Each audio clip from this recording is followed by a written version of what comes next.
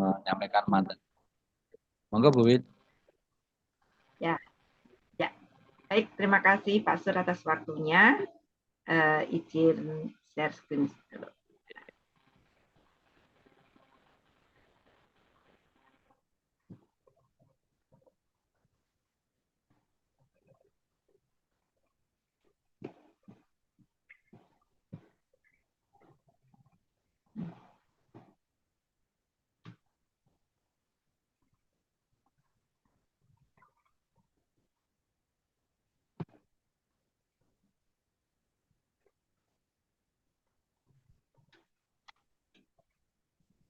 Oke.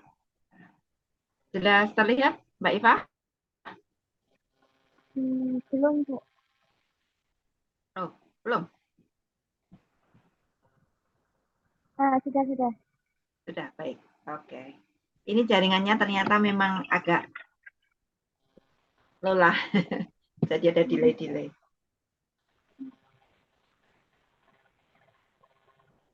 Oke, Mbak Iva, malam ini kita belajar tentang konsep keperawatan penyakit dalam. Ya. Mungkin nanti yang kita pelajari itu tidak secara keseluruhan, tapi kita pilihkan yang sering terjadi dan kemungkinan yang kita sering menemukan seperti itu ya. Yang pertama yaitu perawatan pasien dengan diabetes mellitus. Kalau bahasa awamnya sakit gula gitu ya. Nah, sebenarnya apa tahu diabetes mellitus itu? Diabetes mellitus itu adalah gangguan metabolisme yang ditandai dengan adanya suatu hiperglikemia. Hiperglikemia itu artinya kenaikan gula dalam darah yang berhubungan dengan abnormalitas metabolisme karbohidrat, artinya metabolisme yang tidak normal, karbohidrat, lemak, dan protein, yang disebabkan oleh penurunan sekresi insulin atau penurunan sensitivitas insulin. Jadi di sini insulin itu memiliki fungsi merubah gula menjadi cadangan glikogen yang ada di otot, disimpan di otot, gitu ya. Nah, pada diabetes ini terjadi suatu penurunan dari sekresi atau sensitif. Kalau penurunan sekresi insulin ini contohnya, maksudnya insulin yang dibutuhkan itu tidak cukup. Jadi ibaratnya waktu kita perang harusnya tentaranya 5.000, tapi kita cuma punya 3.000. Itu namanya penurunan sekresi, nggak cukup jumlahnya. Tapi kalau penurunan sensitivitas insulin, itu artinya jumlahnya cukup, tentaranya 5.000. Tapi dari 5.000 orang itu tidak semuanya bisa bekerja. Itu. Lalu apa yang terjadi? Ya kerja insulinnya tidak optimal kan, sehingga terjadi kenaikan gula ke dalam darah. Dibuktikan pada saat cek gula darah hasilnya di atas normal. Itu. Oke, konsepnya clear? Mbak Iva? Baik ya, jadi ada 2 kasus ya. Satunya penurunan sekresi atau jumlah insulinnya nggak cukup. Yang kedua disebabkan adanya penurunan sensitivitas insulin. Jumlahnya cukup tapi nggak sensitif, nggak bekerja semua gitu ya. Nah, diabetes mellitus ini menyebabkan suatu komplikasi kronis ke mikrovaskuler. Kalau mikro itu artinya kecil-kecil, ke pembuluh darah yang kecil-kecil. Misalnya ke pembuluh darah mata, ke pembuluh darah otak, seperti itu. Atau juga ke makrovaskuler, ke jantung, ke ginjal, gitu. Dan terjadi suatu namanya neuropati. Neuropati itu artinya, pokoknya kalau sudah ada kata pati, itu berarti nggak jelas penyebabnya. Neuropati itu berarti adanya suatu kondisi terjadi kemunduran organ yang tidak jelas sebabnya. Biasanya di sini muncul gejala nyeri-nyeri di daerah ujung-ujung, kesemutan, kemudian kebas, itu neuropati yang tidak tahu disebabkan oleh apa.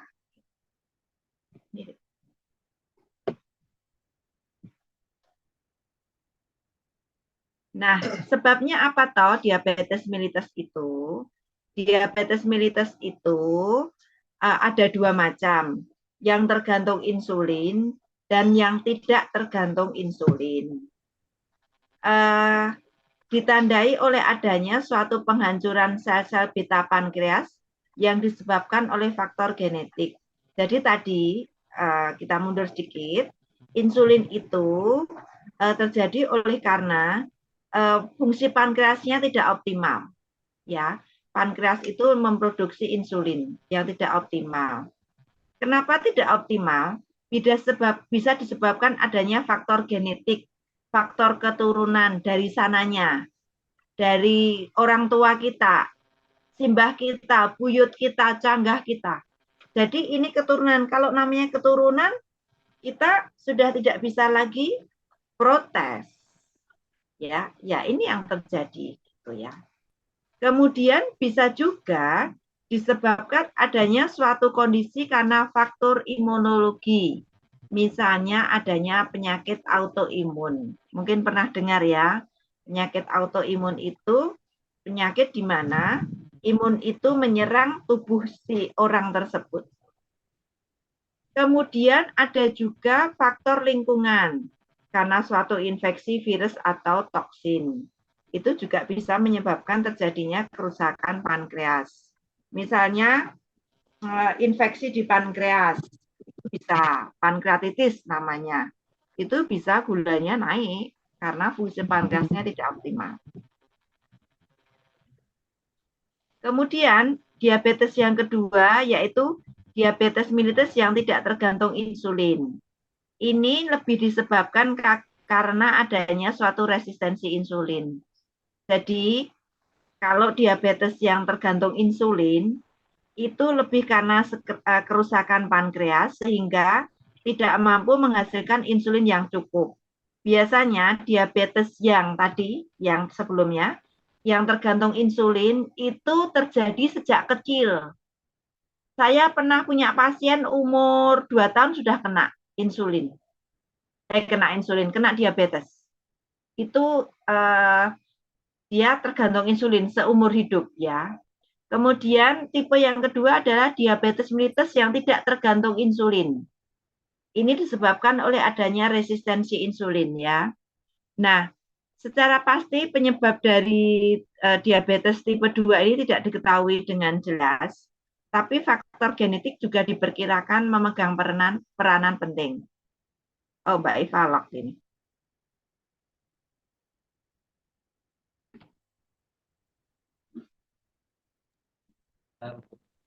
Halo Mbak Eva. Kayaknya koneksinya nggak begitu bagus di sana juga. Katanya di sana lagi hujan juga, Bu. Oh ya, makanya itu. Tadi barusan WA. Nggak apa-apa. Kita tunggu dulu sebentar ya, Bu. Baik, Pak. Nggak apa-apa.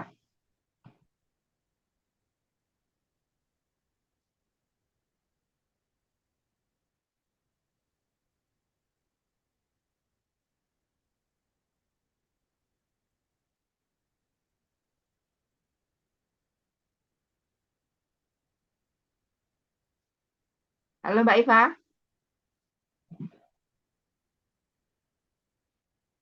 Ya, sudah bergabung. Oh Bisa ya. dengar Mbak Eva? Mbak Eva. Bisa mendengar ya? Oke, Mbak Eva, halo. Halo. Ya. Off cam aja nggak apa-apa kayaknya kalau koneksinya jelek, Mbak. Kalau tidak Off cam aja nggak apa-apa. Off camera. Kameranya nggak usah di on kan nggak apa-apa. Terdengar jelas nggak ya Mbak suara saya?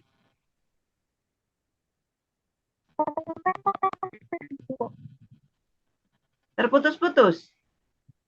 Iya. Ya, Oke. suaranya Mbak Eva agak putus-putus memang, Bu. Ya, gimana ya Pak Sur ini kira-kira? Eh, Soalnya di sini lagi jam kerja. kamu internetnya pakai apa, Mbak Eva?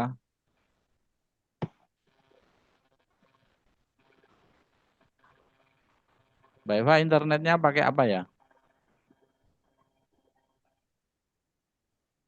Halo, Mbak Eva. Internetnya Internet itu pakai Kak. apa, Mbak Eva? Internetnya? Ini kan tadi kan pakai ini apa sinyal biasa. Hah? Ini sinyalnya kan ganti wifi. Wifi-nya ini juga agak susah. Ini lumayan ini bisa terdengar ini.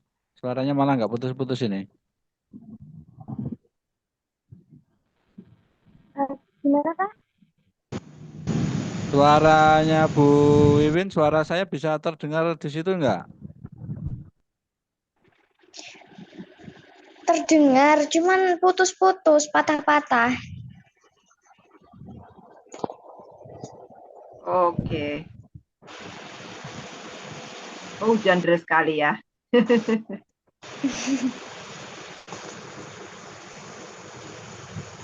Sekarang coba masih putus-putus nggak, Mbak?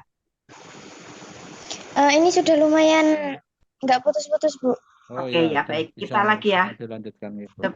Lanjutkan ya Pak Sur. Nanti semampunya Oke, kalau oke. nanti trouble lagi ya nanti kita bisa kita lanjutkan pas cuacanya mendukung nggak apa-apa. Oke, Jadi ya monggo, Mbak Bu. Iva, saya, saya ulangi lagi, diabetes tipe 2 ini, yaitu diabetes yang tidak tergantung insulin, ini disebabkan oleh karena adanya suatu kondisi resistensi insulin tadi ya, jumlahnya cukup tapi tidak semua bisa bekerja.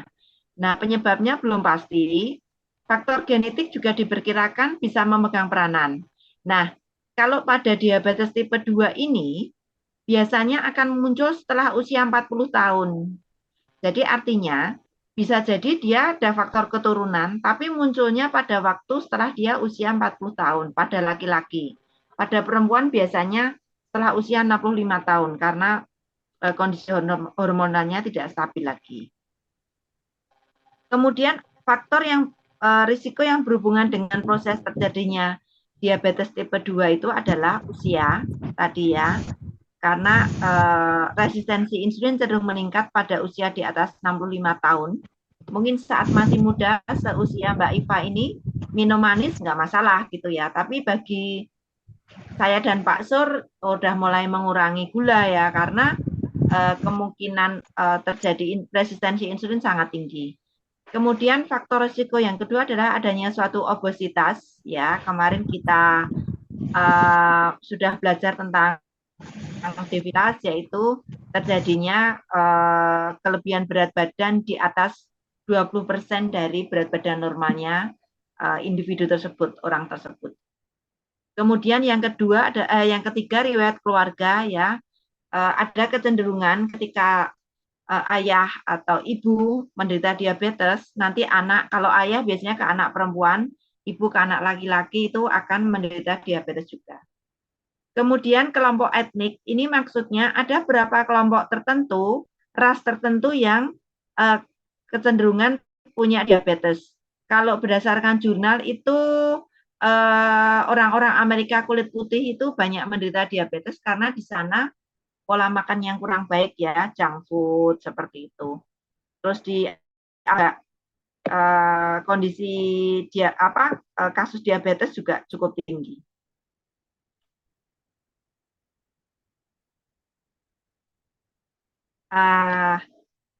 Kita perlu tahu juga hasil gula darah normal itu berapa ya. Jadi kalau kurang dari 140 mg per dl itu dianggap normal. Kalau sudah di atas 140 sampai 200 itu dianggap sebagai kondisi toleransi glukosa terganggu. Jadi belum dia katakan diabetes.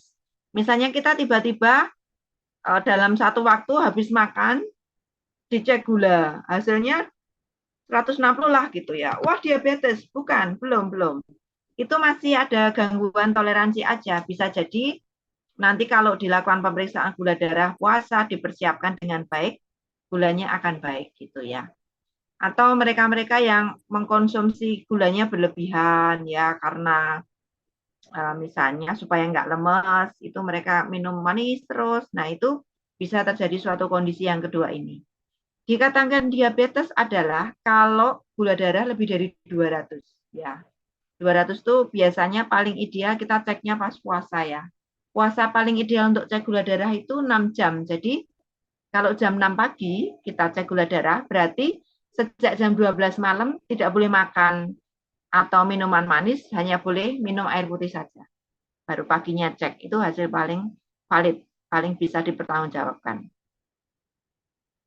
Kemudian ada 4 gejala yang khas pada diabetes, yaitu pertama namanya poliuri atau peningkatan volume urin, sering kencing tandanya. Misalnya normalnya kita itu tiap 6 jam kencing, tapi pada penderita diabetes ini bisa hampir 1 jam sekali kencing. Terutama pada malam hari akan kelihatan. Kalau si orang tersebut bolak-balik terbangun untuk kencing, hati-hati. Ya, begitu juga pada jam-jam kerja, jam-jam aktivitas terjadi peningkatan volume urin juga harus diperhatikan. Kemudian ada suatu gejala polidipsi, peningkatan rasa haus karena tadi sering kencing, jadi dehidrasi, haus terus gitu. Kemudian gejala yang ketiga, polifagi, peningkatan rasa lapar. Pokoknya pengennya makan aja. Jadi tadi barusan makan, pengen makan lagi, makan terus gitu. Kemudian adanya rasa lelah dan kelemahan otot. Yang keempat ini oleh karena terjadi disebabkan karena glukose itu tidak bisa disimpan di otot. Simpanan glukose dalam otot itu namanya glikogen. Glikogennya nggak ada. Sehingga orang mudah lelah, mudah lemes. Ini khasnya diabetes. Kemudian gejala lain yang muncul. Biasanya muncul itu akan adanya suatu peningkatan angka infeksi. Contohnya seperti ini. Seseorang belum terdiagnosa diabetes. Dia belum tahu kalau diabetes. Belum tahu, belum merasakan. Jadi dia merasakan biasa aja. Tiba-tiba dia misalnya kena paku. Terus terjadi infeksi. Nah, disitulah mulai ketahuan ternyata dia diabetes. Jadi pada saat dia kena paku tadi sebenarnya gula darahnya tinggi. Nah, gula darah yang tinggi kan menyebabkan terjadinya peningkatan osmolalitas jaringan ya, jaringannya jadi kendor sehingga mudah terjadi infeksi. Nah, muncul akan seperti itu. Saya punya pasien yang diabetes. Dia sudah tahu kalau diabetes tapi dia tidak minum obat. Waktu itu dia kena pines, tahu pines ya? Akhirnya infeksi sampai dokter mendiagnosa untuk dilakukan amputasi, tapi pasien menolak. Alhamdulillahnya tidak diamputasi, sekarang lukanya membaik, meskipun dia kehilangan 2 jari keempat dan kelima. Kemudian gejala yang lain adanya kelainan kulit, seperti gatal-gatal, adanya bisul. Kemudian gatal itu biasanya di daerah ginjal, maksudnya di daerah pinggang, lipatan kulit seperti di ketiak, di bawah payudara. Kemudian timbul juga adanya jamur di kulit ya. Kemudian adanya kelainan ginekologis, maksudnya kelainan di kandungan, keputihan, ya terjadi jamur gitu. Kemudian adanya rasa kesemutan, rasa baal. Tadi yang saya sebutkan adanya suatu kondisi neuropati ya, kesemutan. Gejala-gejala yang ikutannya seperti itu, tanda-tandanya, kemungkinannya.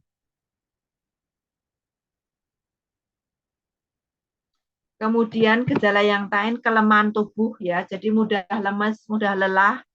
Kemudian penurunan berat badan, luka yang lama sembuh jika ada luka. Kalau pada laki-laki bisa terjadi impotensi, ejakulasi dini dan dorongan seksualnya menurun. Kemudian terjadi suatu kondisi mata kabur, ya, adanya katarak atau gangguan refraksi. Gangguan refraksi itu gangguan penglihatan. Oke, ini patofisiologinya tidak usah saya bahas secara detail. Intinya bahwa kenaikan gula darah tadi mengakibatkan produksi glukosanya tidak bisa disimpan ke dalam otot, sehingga dia akan tidak tersaring, akan keluar lewat ginjal.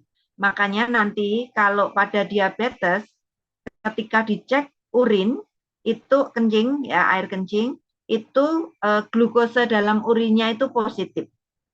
Ya, kemudian ketika gula darah itu berlebihan dibuang ke dalam urin, maka dia juga akan mengeluarkan cairan dan elektrolit. Kemarin ya, kalium, natrium itu akan keluar seperti itu. Sehingga pengeluaran cairan yang berlebihan tadi menyebabkan dia sering berkemih dan rasa haus. Jadi ya tadi kayak lingkaran setan gitu loh ya. Dia sering kencing, akhirnya pengen minum. Begitu terus, seperti itu. Nah, kekurangan insulin tadi akan menyebabkan gangguan metabolisme protein dan lemak, sehingga menyebabkan penurunan berat badan. Biasanya nanti orangnya yang biasanya dia kekar akan mulai kehilangan massa otot, jadi kurus. Ini terjadi pada suami saya. Jadi dia waktu itu gendut, badannya sterek ya kalau orang Jawa bilang. Terus sekarang ini kemarin-kemarin sekarang udah mulai pulih karena diabetes awal dan dia masih belum mau menerima kondisi ya. Itu tahu-tahu tadi massa tubuhnya menurun, jadi kelihatan kurus gitu. Belum mau cek, setelah cek ternyata tinggi ya gitu. Kemudian akibatnya peningkatan selera makan tadi ya, polifagia. Terus kalorinya, simpanan kalorinya tuh nggak ada, sehingga mudah lelah dan lemah. Mudah loyo seperti itu.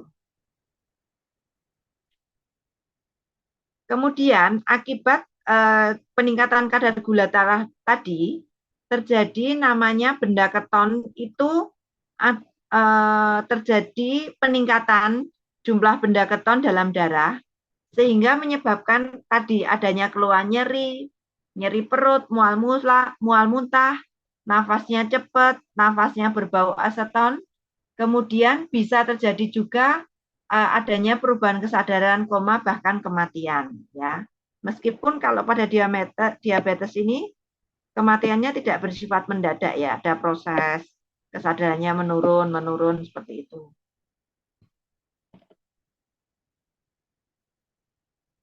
Oke, tadi ya pada diabetes tipe 2 sudah jelas terjadi pada usia lebih dari 30 tahun. Itu. Kemudian ada diabetes tipe lain, yaitu oleh karena kelainan genetik, penyakit pankreas tadi, adanya infeksi, kemudian diabetes lain yaitu akibat kehamilan. Ini terjadi biasanya pada wanita hamil yang melahirkan anak dengan ya. Ini izin dulu boleh nggak? Kenapa? Soalnya ada guntur gede banget. Hah? Ada petir gede banget. Oh, berarti ini kita akhiri dulu, takut. Iya. Oke, ya. Halo Pak Sur. Ibu. Ya udah Mbak Iva, lockout dulu nggak apa-apa kalau takut. Lockout nggak apa-apa. Nggak apa-apa ini Bu. Nggak apa-apa, tak sampaikan Pak Sur karena menyangkut keselamatan. Ya Bu. Ya udah. Permisi dulu ya Bu. Ya, oke. Pak Sur.